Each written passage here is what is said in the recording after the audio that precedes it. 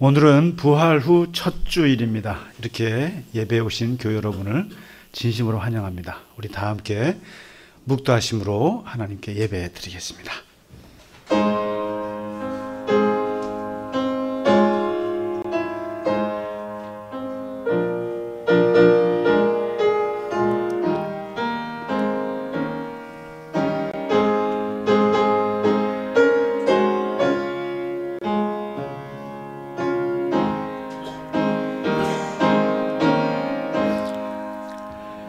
내 영혼아 여호와를 송축하라. 내 속에 있는 것들아 다 그의 거룩한 이름을 송축하라. 그가 내 모든 죄악을 사하시며 내 모든 병을 고치시며 좋은 것으로 내 소원을 만족하게 하사 내 청춘을 독수리같이 새롭게 하시는 도다. 아멘.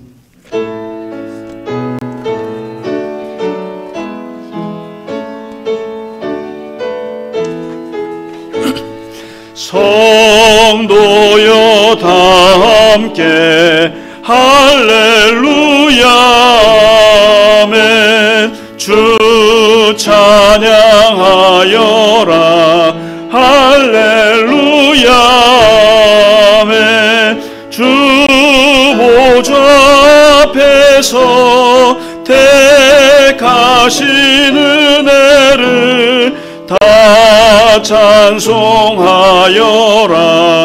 할렐루야 아멘. 만문을 열어라 할렐루야 아멘. 온 하늘을 열라 할렐루야 아멘. 인도자 되시며 친구가 되신 주 그 사랑 끝없다 할렐루야 아멘. 주 찬양하여라 할렐루야 아멘. 찬양은 끝없다 할렐루야 아멘. 거룩한 집에서 준총 기리며 늘 찬송 부르자 할렐루야 아멘. 사도신경으로 우리의 신앙을 고백하겠습니다. 나는 전능하신 아버지 하나님 천지의 창조주를 믿습니다. 나는 그의 유일하신 아들 우리 주 예수 그리스도를 믿습니다. 그는 성령으로 잉태되어 동정녀 마리아에게서 나시고 본디오 빌라도에게 고난을 받아 십자가에 못 박혀 죽으시고 장사된 지 사흘 만에 죽은 자 가운데서 다시 살아나셨으며 하늘에 오르시어 전능하신 아버지 하나님 우편에 앉아 계시다가 거기로부터 살아있는 자와 죽은 자를 심판하러 오십니다. 나는 성령을 믿으며 거룩한 공교회와 성도의 교제와 죄를 용서받는 것과 몸의 부활과 영생을 믿습니다. 아멘. 오늘의 교독문 시편 145편의 말씀입니다. 왕이신 나의 하나님이여 내가 주를 높이고 영원히 주의 이름을 송축하리이다.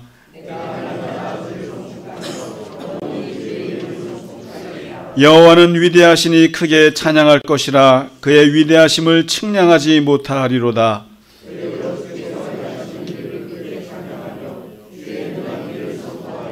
주의 존귀하고 영광스러운 위엄과 주의 기이한 일들을 나는 작은 소리로 읊조리리이다.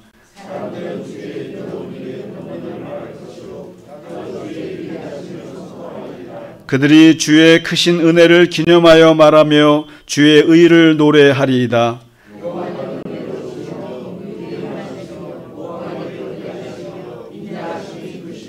여호와께서는 모든 것을 선대하시며 그 지으신 모든 것에 긍휼을 베푸시는도다.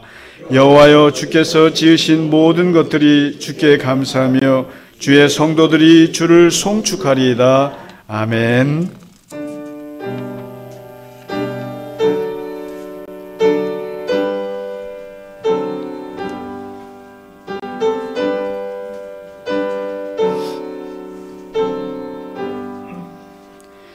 찬양 성부 성자 성령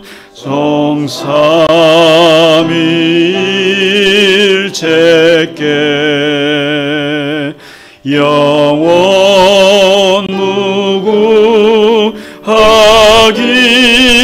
무궁하기까지 영광을 돌리세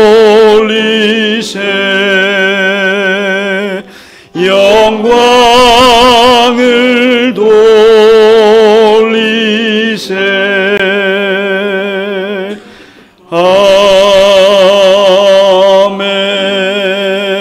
아멘.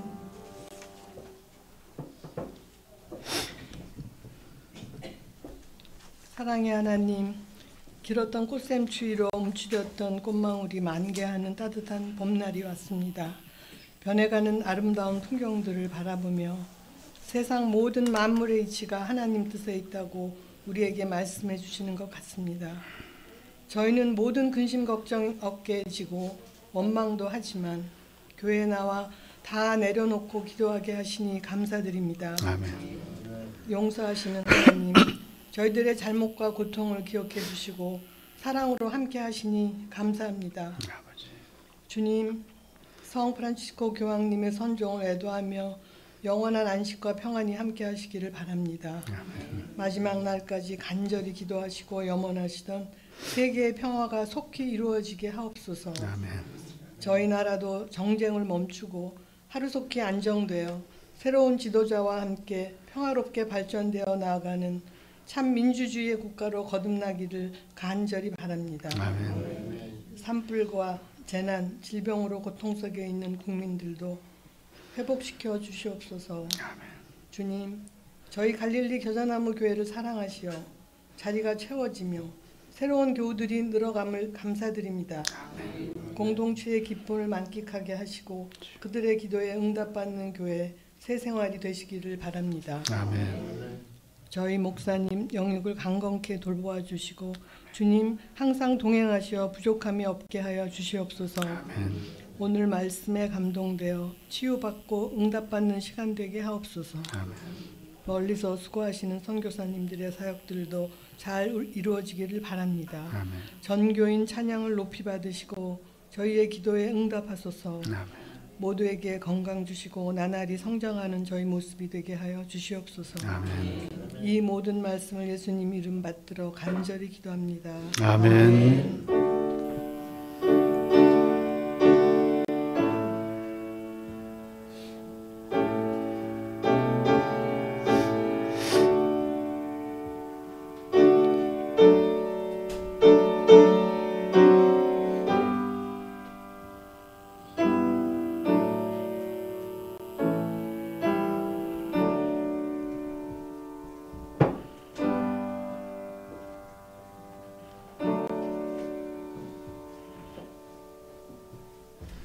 아멘. 찬송가 491장, 오늘 부활의 소망을 담은 찬송입니다. 저 높은 곳을 향하여, 좀 길지만 함께 부르겠습니다.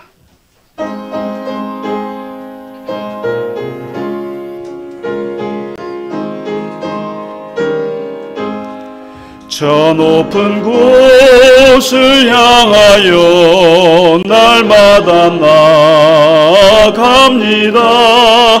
내 뜻과 정성 모아서 날마다 기도합니다.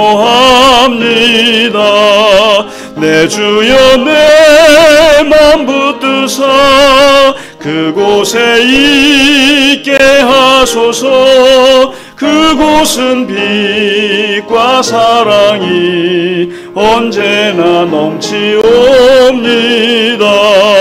괴로움과 죄가 있는 곳 나 비록 여기 살아도 빛나고 높은 저곳을 날마다 바라봅니다.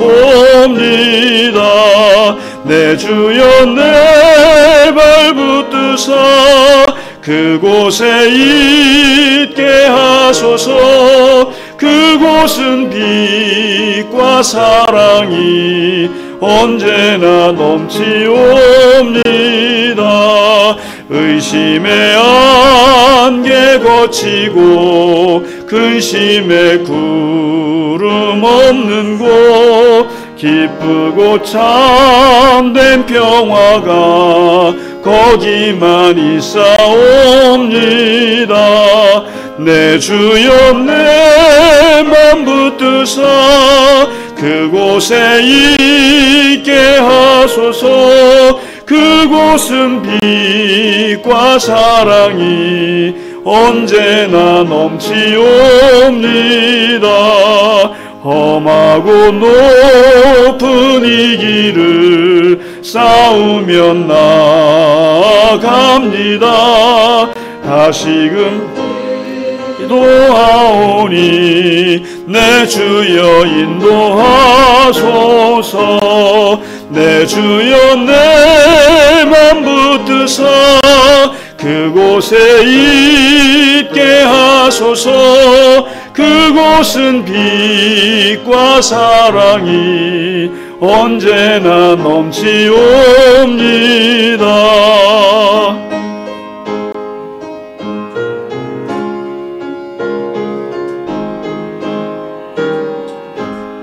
내 주를 따라 올라가 저 높은 곳에 우뚝 서 영원한 복락 누리며 즐거운 노래 부르리. 내 주여 내 맘 붙드사 그곳에 있게 하소서. 그곳은 빛과 사랑이 언제나 넘치옵니다.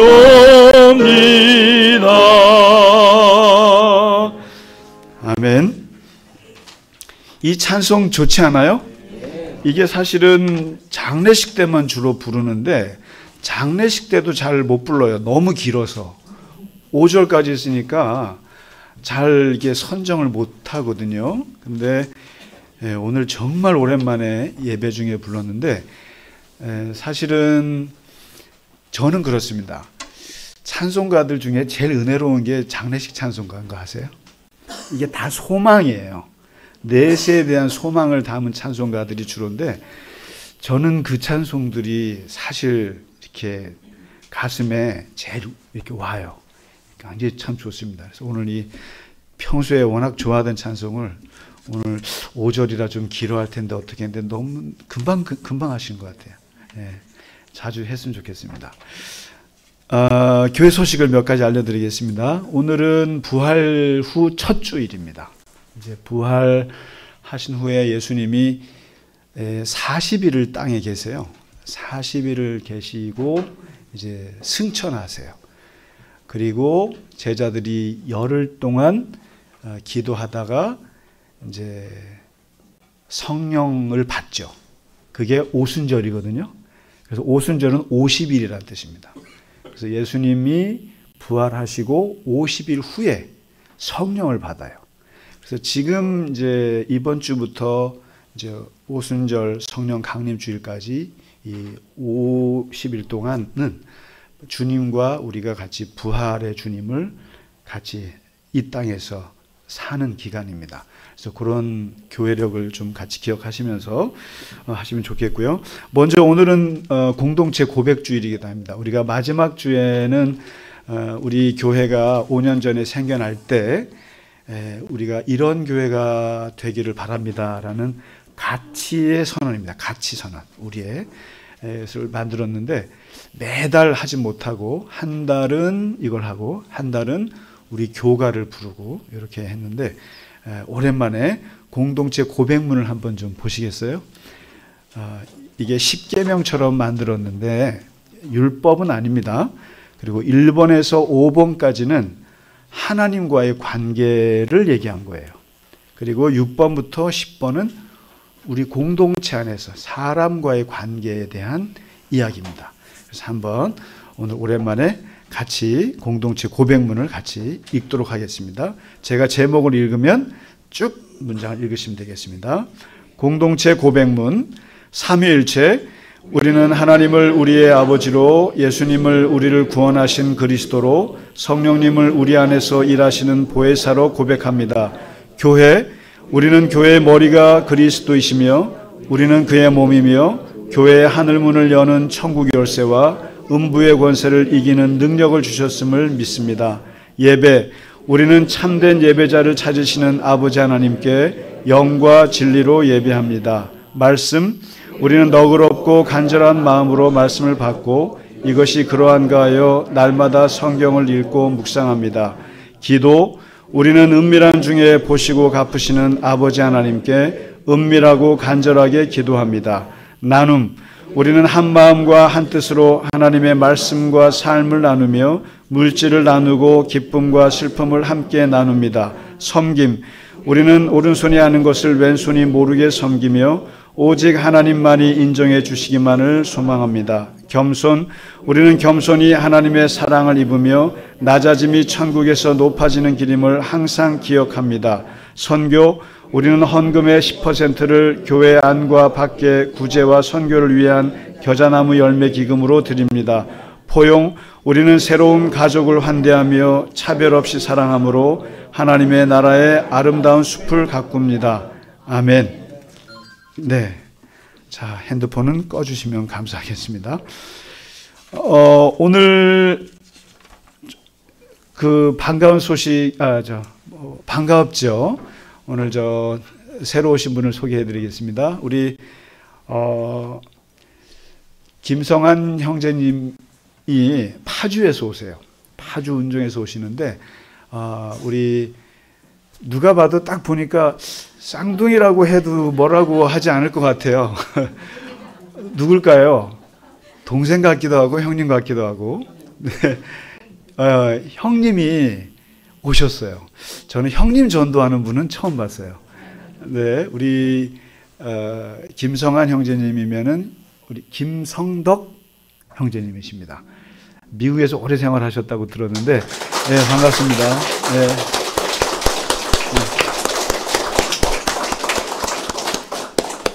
두 분은 헷갈려하지 마세요. 그리고 이름이 되게 좋아요. 거룩한 덕, 거룩한 성품, 성덕. 아주 기독교적인 이름입니다. 네, 오늘 너무 반갑고요. 계속 같이 나오시면 좋겠습니다. 네, 장로님 파주 구역이 자꾸 날로 늘어납니다. 장로님 사시는 데는 설문이고 우리 김성한 형제님은 운정인데 가깝습니다. 제가 가보면 거기서 톨게이트로 딱 갈라지거든요. 그래서 아주 파주가 외롭지 않습니다. 자, 그리고 오늘 또 최연소 교우께서 오셨습니다. 이윤아가 왔어요. 윤아야, 박수. 자주 와. 그리고 우리가 지난주에 오케스트라가 우리가 생겼잖아요. 역시 우리 상은 양이 이 신비주의 전략을 쓰는 거, 인기 관리를 잘하는 것 같아요. 아주 그냥 팬들을, 이번 주는요, 제가 중간고사라 11시에 온라인 수업을 좀 들어야 돼서 한 주만 잘 힘들더라도 잘 기다리라고. 너무 슬퍼하지 마라. 다음 주에 내가 나갈 테니까. 그렇게 해서 전화가 왔어요. 물론 뭐 상은 양이 전화한 건 아니고 한 주만 참으라. 그래서 예, 알겠습니다. 그 다음 주엔 꼭 오세요. 그렇게 해서 오늘 뭐 아빠도 뭐 좀 일이 있으시고 해서 가족이 같이 못 왔는데 다음 주에. 그래서 오늘 준비한 찬양은 상은 양한테 맞게 하셨다는데 우리 지휘자님이 좀 허탈해 하셨는데 좋습니다, 오늘. 그리고 또 한 가지 소식은 우리 김대영 집사님께서 따님이 있는 거 아세요? 따님이 있는데 아주 아주 성아양이 있는데 이번 주 6월 7일 날 결혼을 한다고 이게 청첩장을 가져왔어요. 대한항공에서 이제 근무하고 있는데 아주 뭐 멋있어요. 근데 그래서 제가 이거 우리 교인분들 같이 가도 됩니까? 이게 6월 7일 토요일 오후 6시예요. 그러면은 식사가 있겠죠. 거기다가 반얀트리 클럽이면은 저 남산에 있는 최고급 거긴데, 그래서 우리 교인분들 같이 가겠습니다 그랬더니 아니요, 목사님만 오세요 그랬어요. 목사님만 양복 쫙 빼입고 오시라고 그랬습니다. 야구르시죠? 예, 저만 갔다 오겠습니다. 네네, 저만 가서 아주 맛있게 먹고 축하드립니다. 아주 따님이 아주 귀한데, 예, 6월 7일 그렇습니다. 자, 그리고 성경 공부는 이번 주에 이제 빌립보서 마지막 하고요. 한 주 쉬고 이제 골로새서 하고 이제 전반적으로 한번 구약으로 가겠습니다. 여름부터 구약의 모세 오경을 아주 오랜만에 다시 들어가겠습니다. 그래서 이스라엘의 그 토라, 그 핵심적인 게 모세 오경인데 한번 제대로 이제 구약으로 들어가서 왜 이것이 신약에 중요한 영향을 줬는지 공부하도록 하겠습니다. 수요 성경 공부 잘 하고 계시죠? 네, 믿습니다. 예. 자, 우리 옆에 분들하고 같이 인사하시죠. 주의 이름으로 축복합니다. 반갑습니다. 잘 오셨습니다. 네, 우리 국장님도 오셨고, 예, 맞습니다. 우리 이일영 집사님도 애기 보러 간 줄 알았더니 오셔서 너무 반갑습니다. 네, 못 오신 분이 누가 못 오셨나? 박동복 집사님 오셨어요? 아유, 저분이 부활 전날 아침에 심장이 그냥 멎을 뻔하셔갖고 아주 큰일 날 뻔하셨는데 괜찮으세요 좀? 예, 건강관리 잘 하셔야 됩니다. 아유, 큰일 걱정 많이 했습니다. 자, 오늘 준비한 찬양입니다. 정말 명곡 중에 명곡입니다. Amazing Grace. 나 같은 죄인 살리신, 함께 하나님께 드리겠습니다.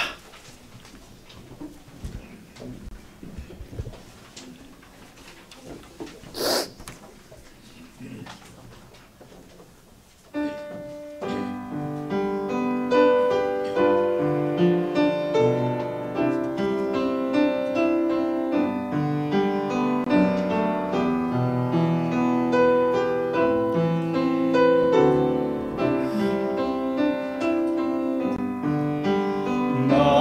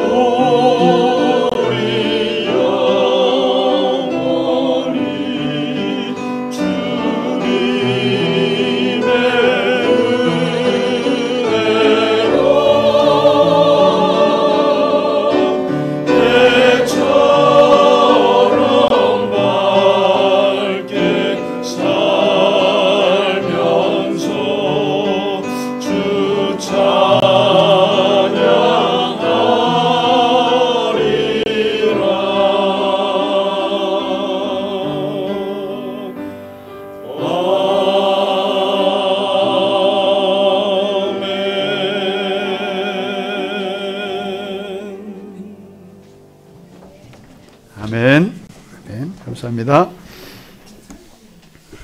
네. 오늘 우리에게 주시는 하나님 말씀은 다시 사도행전으로 돌아오겠습니다. 24장입니다. 24장 14절에서 23절까지 오늘 본문은 24장 전체입니다만은 그 중간에 있는 부분만 같이 읽겠습니다. 같이 천천히 읽겠습니다. 그러나 이것을 당신께 고백하리이다. 나는 그들이 이단이라 하는 도를 따라 조상의 하나님을 섬기고 율법과 선지자들의 글에 기록된 것을 다 믿으며 그들이 기다리는 바 하나님께 향한 소망을 나도 가졌으니 곧 의인과 악인의 부활이 있으리라 함이니이다. 이것으로 말미암아 나도 하나님과 사람에 대하여 항상 양심에 꺼리낌이 없기를 힘쓰나이다.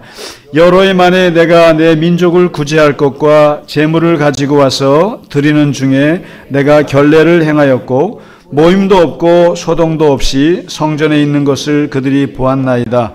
그러나 아시아로부터 온 어떤 유대인들이 있었으니 그들이 만일 나를 반대할 사건이 있으면 마땅히 당신 앞에 와서 고발하였을 것이요 그렇지 않으면 이 사람들이 내가 공회 앞에 섰을 때에 무슨 옳지 않은 것을 보았는가 말하라 하소서. 오직 내가 그들 가운데 서서 외치기를 내가 죽은 자의 부활에 대하여 오늘 너희 앞에 신문을 받는다고 한 이 한 소리만 있을 따름이니이다 하니 벨릭스가 이 도에 관한 것을 더 자세히 아는 고로 연기하여 이르되 천부장 루시아가 내려오거든 너희 일을 처결하리라 하고 백부장에게 명하여 바울을 지키되 자유를 주고 그의 친구들이 그를 돌보아 주는 것을 금하지 말라 하니라. 아멘. 이제 사도행전 23장 우리가 지지난주에 보았던 23장, 24장, 25장, 26장 이 4장입니다. 28장에 끝나거든요. 이 4장이 바울이 재판받는 장면이에요. 그리고 누가복음에 이 사도행전을 쓴 사람이 의사 누가잖아요. 근데 이 누가가 누가복음에서 22장, 23장 두 장이 예수님이 재판을 받는 게 나와요. 그래서 복음서 누가복음은 예수님에 대한 이야기, 그리고 내가 쓰는 사도행전은 주로 베드로와 사도 바울과 같은 사도들의 이야기를 쓰는데 이 두 이야기에서 이게 비슷한 게 있어요. 바로 재판이에요. 예수님의 재판과 그리고 바울의 재판이 똑같이 이렇게 나와요. 나오는데 예수님이 돌아가시고 그리고 사도 바울이 이제 예수님을 전하면서 모진 고통을 받다가 이 재판을 받게 되는데 이 재판을 받는다는 얘기는 무슨 말이냐면 여러분 복음 전하다가 재판을 받아본 적이 있어요? 예수 믿으세요라고 하다가 재판을 받으시냐고요? 안 받죠? 왜요? 정교가 분리됐기 때문에 그런 거예요. 정치는 정치, 신앙은 신앙이다. 그래가지고 자유롭게 복음을 전하는 것을 뭐라고 안 해요, 요즘에는.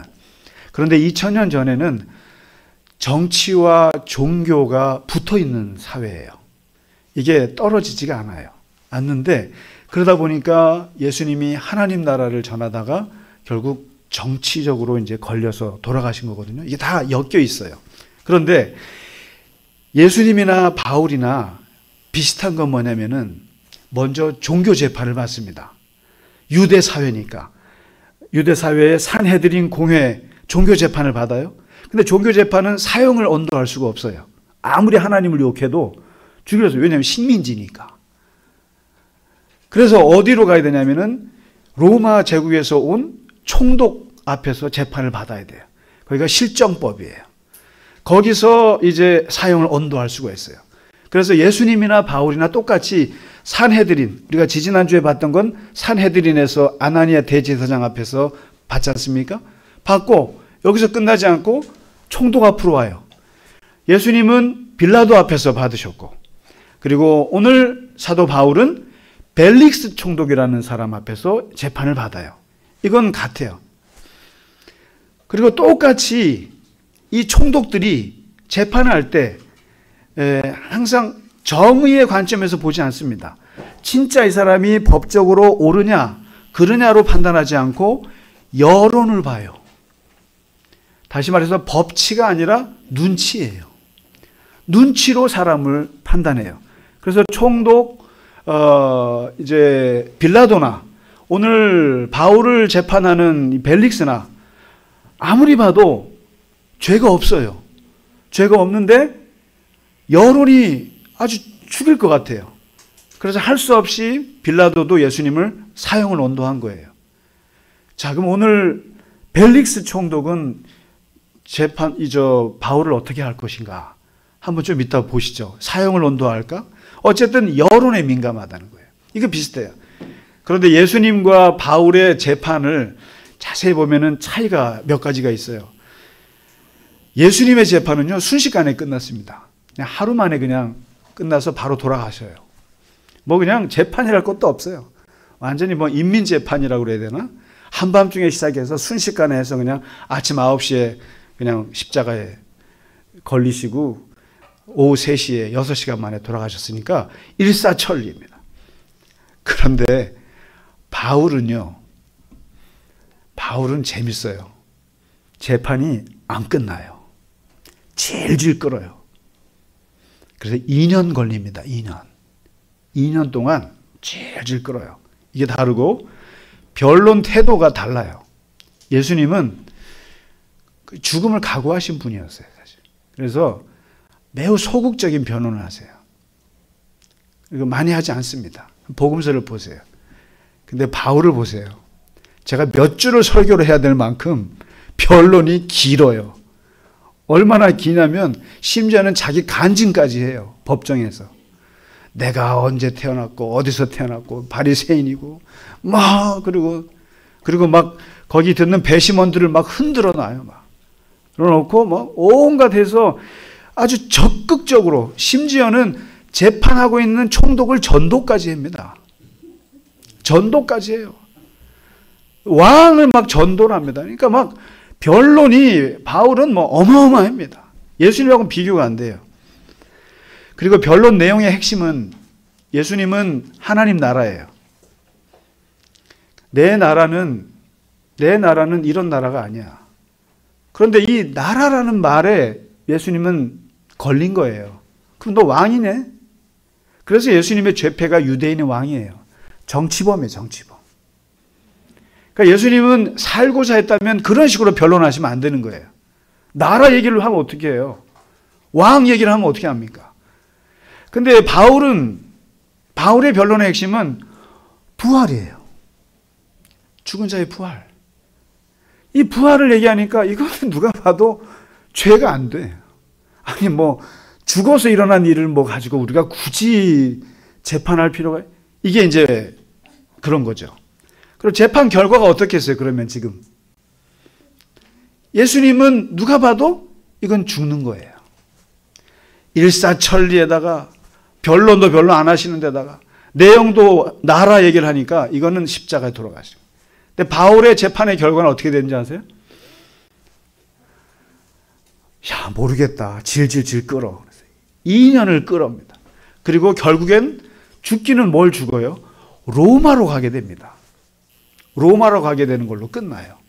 자, 이런데 오늘 24장에 이제 이 벨릭스 총독, 이제 사형을 언도할 수 있는 사람 앞에서 이제 재판을 받아요. 받는데 이 벨릭스라는 사람이 참 재밌는 사람입니다. 이 사람이 노예 출신이에요. 노예 출신인데 어쩌다 로마 황제의 형님과 어떻게 잘 알게 돼서 이렇게 인맥이 어떻게 돼서 잘 보여가지고 노예에서 자유민이 되고 자유민에서 총독까지 이른 입지전적인 인물이 이 벨릭스예요. 이름이 좋아야 될 것 같아요. 펠릭스라는 말이, 또 영어 하면 안 되지 제가. 행복이란 뜻이에요. 그러니까 복덩이란 뜻이에요, 이름이요. 복덩이. 이름이 좋아서 그런지 몰라도 하여튼 입지전적으로 노예였는데 성공하는데 유대 빌라도 후임으로 온 거예요. 와가지고 이제 바울을 재판하는 사람인데, 이 사람은 빌라도보다 더 잔인한 사람이에요. 빌라도도 굉장히 잔인한 사람입니다, 여러분. 성경에서 빌라도를 마치 우리가 뭐 이렇게 예수님을 두둔한 것처럼 하는데 아니에요. 엄청 잔인한 사람이 빌라도예요. 근데 그보다 더 잔인한 사람이 이 벨릭스인데, 이 사람은 역사가들이 그렇게까지 말해요. 노예의 마음으로 왕의 권세를 휘두른 총독이다. 뇌물과 그리고 온갖 그 유대인 대학살을 저지른 사람이에요. 자기한테 반대하는 사람들은 암살자들을 보내서 죽이는 아주 잔인한 사람이고, 목적을 위해서는 수단과 방법을 가리지 않는 사람이 이 벨릭스 총독이에요. 근데 그 사람 앞에 오늘 바울이 섰어요. 더군다나 지난번에 산헤드린 그 공회에서 결론을 못 냈잖아요. 이 대제사장 아나니아가 이 바울을 죽이고 싶어 안달이에요. 그래가지고 장로들과 제사장들을 다 모으고, 심지어는 유대에서 최고의 변호사가 있었어요. 대한민국 최고의 변호사가 누굽니까? 몰라요. 그런데 그 당시 최고의 변호사가 더둘로라는 사람이에요. 그 최고의 변호사를 불러가지고 수임해서 이제 이 예루살렘에서 가이사랴 총독 관저로 갑니다. 대대적으로 가서 이제 고소합니다. 바울을 재판정에 서는데, 오늘 한번 보시죠. 이 더둘로가 재판정에서 바울을 놓고 고소합니다. 4가지 혐의를 고소해요. 이게 그 당시에, 지금도 마찬가지예요. 그 사회에서 기독교를 바라보는 시선이에요. 기독교를 어떻게 받느냐라는 시선인데, 첫째, 사회 전복죄. 뭐예요? 전염병 같은 인간이다. 전염병이다. 이 바울은 이 기독교 사상을 그냥 전염병처럼 흩트리는, 지중해 전역을 흔들어 제끼는 사람이다. 이거를 가만 놔두면 우리 유대 사회는 무너진다. 전염병이라는 거예요. 왜? 코로나라는 거예요, 코로나.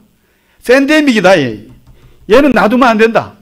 두 번째, 이 자는 천하에 흩어져 다니면서 소동을 일으키는 소요죄.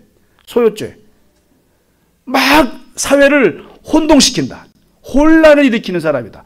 에베소에서도 그렇고 고린도에서도 그렇고, 이 사람이 가는 곳마다 그냥 사람들이 들고 일어난다. 소요죄. 세 번째, 이 사람은 나사렛 이단의 우두머리다. 예수의 우두머리다.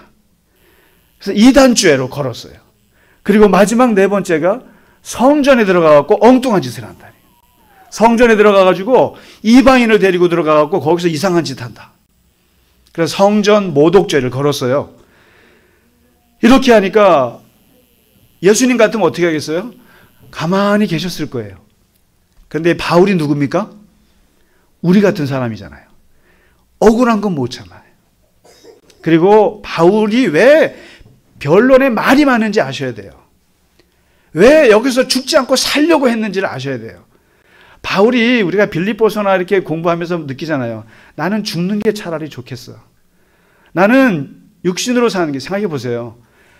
여러분, 곤장 39대 막 그걸 5번 맞아보세요. 곤장은 5대만 맞아도 거의 몸이 나가요. 근데 40대를 때리는데, 40대 때리면 그건 사람 때리는 게 아니라 갖고 39대까지 때려요. 근데 그것을 5번을 맞았어요. 태형을. 27년 동안 살면서. 그리고 온갖 배신과 온갖 고생을 다한 사람이에요. 그런 사람은 어떤 걸 느끼겠어요? 죽는 게 더 좋아요. 그런 사람인데 왜 재판에서 살기 위해서 이랬겠느냐. 그거는 로마 제국의 핵심, 그 로마의 핵심 로마로 가서 거기서 복음을 전하는 그 목적 때문에 그런 거예요. 죽어서는 안 되겠다. 그러니까 필사적으로 변론을 하는 거거든요. 어떻게 하냐면은 이런 얘기를 합니다. 이 바울이 이제 변론하는 것 속에서 깊은 신앙의, 기독교의 중요한 것이 나오는데, 먼저 가지를 쳐내요. 성전 모독? 내가 성전에서 뭘 했는데? 내가 성전에서 무슨 소요를 일으켰는데? 증인 있으면 말해봐. 내가 온 지 12일밖에 안 됐는데 하면서 걷어내요. 증인 있으면 말해라 이거예요. CCTV 찍혀 있으면 말해오라 이거예요. 성전에서 내가 소요를 일으킨 게 있는가? 내가 나시린 결례하는 거 도와준 거밖에 없는데 증거가 있느냐? 두 번째, 나사렛 이단의 우두머리라고 하는데 나는 저들이 믿는 조상의 하나님하고 똑같이 나는 하나님 믿는 사람이야. 여호와 하나님을 믿고 있고 나 똑같이 할례 받은 사람이고 나는 똑같이 히브리인 중에 히브리인이고 나 모세 오경 다 외우는 사람이고 지키는 사람이고 그리고 난 똑같이 유대인이야. 나는 다 믿고 다 따라. 그리고 모세오경 예언서 난 다 믿고 따른다. 나는 한 번도 유대교를 폄훼한 적이 없어. 하고는 이단이라는 딱지를 떼내요. 그리고 마지막 세 번째 이거예요. 단지 그들이 나를 두고 하는 것, 내가 만약에 죄가 있다면 그들의 말이 나를 고소해서 나를 죽이고 싶다면 이거는 내가 인정할 수 있어요. 뭐냐면 나는 저들이 믿는 하나님께 향한 소망을 나도 가졌을 뿐이다. 이게 중요한 말이에요. 이 재판정에서 사도 바울이 내가 외치고자 하는 것은, 내가 당신들이 껄끄럽건 싫건 간에 내가 인정하는 것은 뭐냐면 나는 죽은 자의 부활, 예수 그리스도의 부활을 외치는 거, 이거 인정할 수 있어. 성전 소요죄, 무슨 혼동죄, 이단의 우두머리 다 인정 못해. 그러나 인정하는 것은 나는 내가 전하는 부활의 메시지만큼은 내가 인정해. 하면서 이제 이 벨릭스 앞에서 얘기하는데요. 바울이 지금부터 말씀드리는 것은 부활절 첫 주예요, 오늘이. 이 부활을 얘기할 때는 두 가지를 잊으시면 안 돼요. 바울이 말하는 부활이 뭐냐면 우리는 예수님 부활하셨어요? 우리도 부활해요. 이것만 얘기하는데 아니에요. 보편적인 부활을 얘기하는 겁니다. 죽은 자는 부활한다는 거예요. 죽은 자는 부활한다. 이건 다시 말하면 의인의 부활, 악인의 부활이에요. 이 말은 그 당시 유대인들이 볼 때 어마어마하게 파격적인 사상이에요. 제가 그랬잖아요. 유대인들은 내세를 안 믿는다고. 특히 제사장들은 내세를 안 믿습니다. 유대교는 내세가 없어요. 죽으면 그냥 음부는 지옥이 아니에요. 음부는 그냥 땅속에 조용히 가서 자는 거예요. 유대인들은 그렇게 믿어요. 그러니까 현세주의자들이에요. 근데 그런 사람들 앞에서 바울이 뭐냐면 아니다. 죽으면 심판받는다. 의인도 부활하고 죄인도 부활한다고 하는 이 보편적인 부활 사상을 얘기하는 거예요. 그러니까 유대인들은 너무 충격적인 거예요. 오늘 벨릭스가 그게 부활한다고? 죽어서 부활하는데 의인도 부활하고 악인도 부활해? 근데 자기는 악인이에요? 의인이에요? 누가 봐도 악인이에요. 그래서 사람들 다 물리고 바울만 따로 불러서 좀 더 얘기해봐. 근데 그 부인이 세 번째 부인인데 드루실라라고 하는 부인, 유대인. 그래서 둘이서 불러서 더 얘기해봐. 그랬더니 바울이 뭐라고 한지 아세요? 잘 됐다. 의와 절제와 심판에 대해서 벨릭스 앞에서 얘기하는 거예요. 얘기하니까 이게 뭐예요? 죽은 자가 부활해서 의롭지 않으면 그 부활해서 당신은 심판을 받을 것이고, 그리고 절제하지 않으면 안 된다. 유대인을 죽이는 거 절제. 그리고 이 벨릭스가 여색을 엄청나게 밝혔대요. 그러니까 이게 다 누구한테 하는 말이에요? 벨릭스 너 그렇게 살면 또 심판받아. 이 얘기예요. 그러니까 오늘 본문에 뭐라 하냐면 벨릭스가 두려워했다 그래요. 이 벨릭스에게 두려움을 줬던 바울의 메시지가 뭐예요? 부활의 메시지예요. 그러니까 부활이라고 하는 것은 의인의 부활과 악인의 부활인데, 여러분 이게요, 예수님께서도 똑같이 얘기했습니다. 죽으면 부활합니다. 부활하는데 의인들은 생명으로 부활하고 악인은 형벌로서 부활합니다. 이게 기독교가 말하는 천국과 지옥의 부활이에요. 그래서 예수님은 천국에서 큰 자로 부활하는 사람, 천국에서 작은 자로 부활하는 사람, 내세에서 칭찬받는 사람, 내세에서 책망받는 사람, 이것을 복음서에서 자세하게 말씀하셨어요. 바울은 그것까지 몰라요, 지금. 그런데 복음서를 보시면 예수님께서 부활할 때 천국에서 인정받는 사람은 뭐라고 말씀하셨냐면은 그게 다 어디에 나와 있냐면 공동체 고백문에 나와 있어요.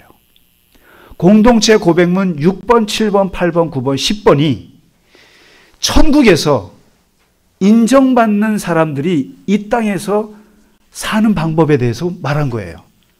뭡니까? 예수님의 말씀의 핵심은 그거예요. 이 땅에서 자신을 낮추는 사람만이 천국에서 높은 자가 된다는 거예요. 천국에서 큰 자가 누구냐? 여기서 낮아야. 그리고 이 땅에서 고통받는 사람들이랑 같이 냉수 한 그릇 주는 거, 그런 사람들이 천국에서 큰 자라는 거예요. 의인으로 부활한다는 거예요. 그리고 예수님이 뭐라고 말씀하셨냐면은 하나님의 말씀을 잘 듣고 잘 지키는 자들은 천국에서 큰 자로 부활한다. 그리고 이 땅에서 어린아이처럼 자기를 낮추지 않으면 저 나라에서는 너는 책망받는 자로 부활할 것이다. 그러니까 의인의 부활과 악인의 부활이에요. 그러면 저 천국에서 내세에서 심판받는 사람들은 누구냐 이거예요. 그것은 여러분 하나님 안 믿고 예수 안 믿는 사람들이 아니에요. 단순하게 그렇게 단순히 생각하시면 안 돼요. 이 땅에서 남들한테 높은 자가 되려고 하는 사람들, 왕노릇 하려고 하는 사람들, 갑질하려고 하는 사람들, 이웃에게 못된 짓 하는 사람들, 피해주는 사람들, 이게 죄란 말이에요, 사실은. 이런 사람들이 어떻게 마지막 천국에서 하나님의 심판이 없겠느냐는 거예요. 그러니까 펠릭스 같은 사람은 두려운 거예요, 내세가. 그러니까 부활을 안 믿어요. 제사장 같은 사람들은 다 부자들이에요, 이 사람들은. 이 사람들은 내세 안 믿어, 사두개인들은요. 이 사람들은. 이 땅에서 사는 걸로 충분해. 그러니까 부자와 나사로의 예수님의 비유에서 뭐라 그럽니까? 이 부자가 죽어서 갔더니까 지옥에서 부활했네? 왜 그런가 했더니 거지 나사로가 이 땅에서 비참하게 사는 것을 무관심하고 외면했단 말이에요. 그러니까 예수님께서 오늘 이렇게 이 땅에서 어떻게 사느냐가 천국에서 모든 게 반영이 되는데 이게 부활 사상이에요. 그리고 예수님 말씀하신 천국은 다 파라독스예요. 다 전복이에요. 뒤집어집니다. 이 땅에서의 삶하고 반대예요. 그러니까 이 땅에서 왕노릇 하는 사람들은 저 하늘나라 가서는 왕노릇 할 생각 안 하시면 돼요. 이 땅에서 갑질하시는 분들은 저 땅에서 갑질을 당하실 거예요. 예수님 말씀 잘 들어보세요. 천국과 이 땅은 다 반대라니까요. 이 땅에서 낮아지는 자만이, 이 땅에서 섬기는 자만이, 이 땅에서 고통받는 자들과 함께하는 자들만이 저 땅에서 큰 자, 저 땅에서 칭찬받는 자로 부활한다는 거예요. 이게 바로 의인의 부활, 악인의 부활. 이것을 펠릭스 앞에서 예수님, 바울이 전하는 거예요. 당신 그렇게 살면 이 땅에서는 떵떵거리고 살고 유대인들 죽여가면서 그리고 권력 가지고 살고 왕노릇하면서 살지만 당신은 분명히 부활할 때 지옥 갈 거다. 그곳에서 어마어마한 하나님의 책망을 받게 될 것이다. 이러니까 펠릭스가 두려운 거예요. 바로 이 부활이라고 하는 것은 우리가 내세에 대한 생각이에요. 그리고 죽어서 우리가 어떻게 부활할 것인가는 이 땅에서 달려있다라는 거예요. 이 땅에서. 그래서 요즘에 제가 얼핏 봤는데 드라마에 무슨 김혜자 씨하고 손석구가 나오는 무슨 천국에서 뭐가 있던데?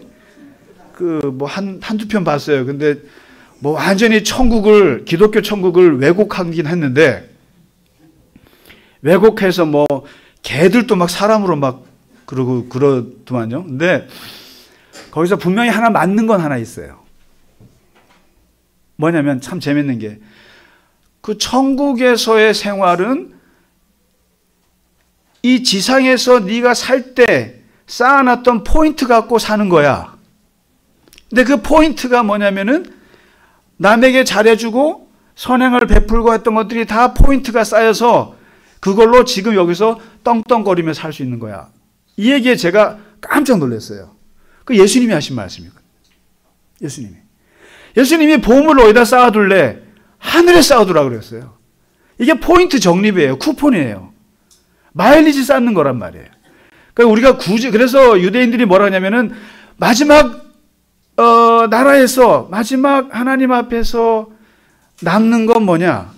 그것은 구제라는 말을 해요. 이게 뭐냐면 우리는 그러잖아요. 남는 건 먹는 것 뿐이야. 먹는 게 남는 거야. 그런데 이걸 조금 기독교적으로 바꾸셔야 돼요. 남에게 먹인 거가 남아요.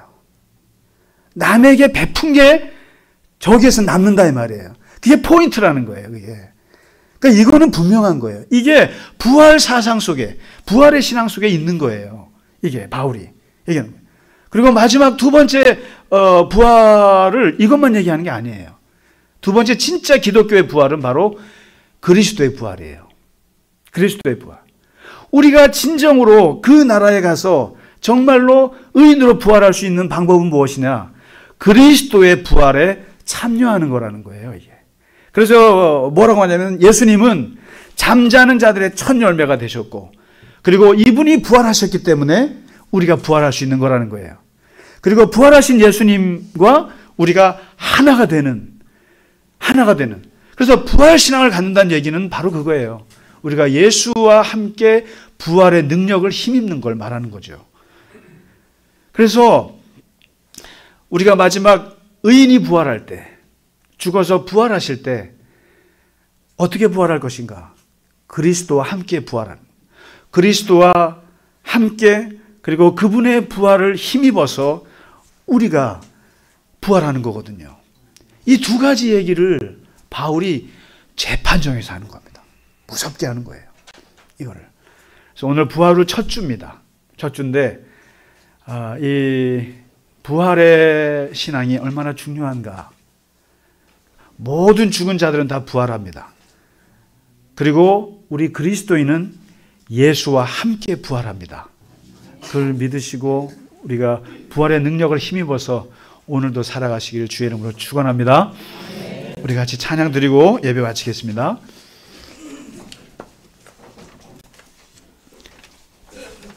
우리에게 향하신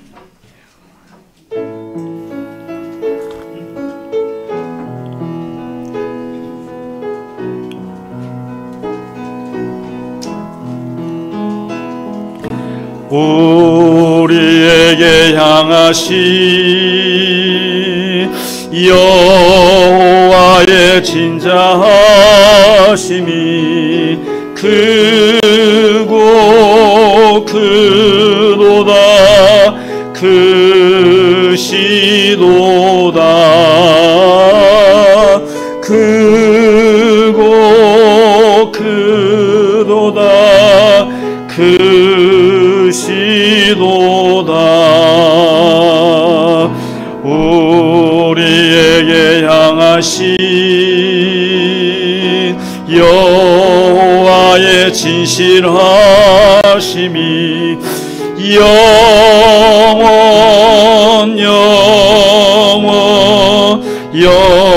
영원하시도다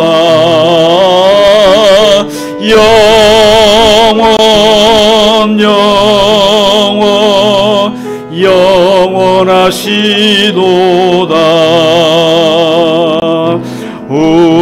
우리에게 향하신 여호와의 인자하심이 크고 크도다 크시도다 크고 크도다 계시도다. 다 같이 일어나시겠습니다. 우리에게 향하신 여호와의 진실하심이 영원하시도다.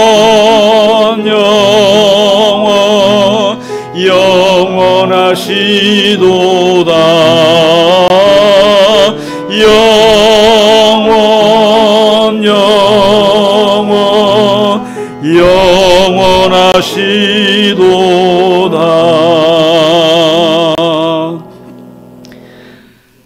부활하신 주님, 오늘 사도 바울이 벨리스 총독 앞에서, 그 재판정 앞에서 부활하신 그리스도를 전하며 부활의 소망을 갖게 하여 주셔서 감사합니다. 우리가 이 땅을 마치는 날, 그리고 하나님 나라에 갔을 때 우리에게 임할 하나님의 상이 크기를 원합니다. 하나님의 칭찬받는 자가 되기를 원하고, 하나님께서 큰 자라 인정하는 자가 되기를 원하고, 하나님께서 환영하고 영접하는 하나님의 자녀가 되기를 바랍니다.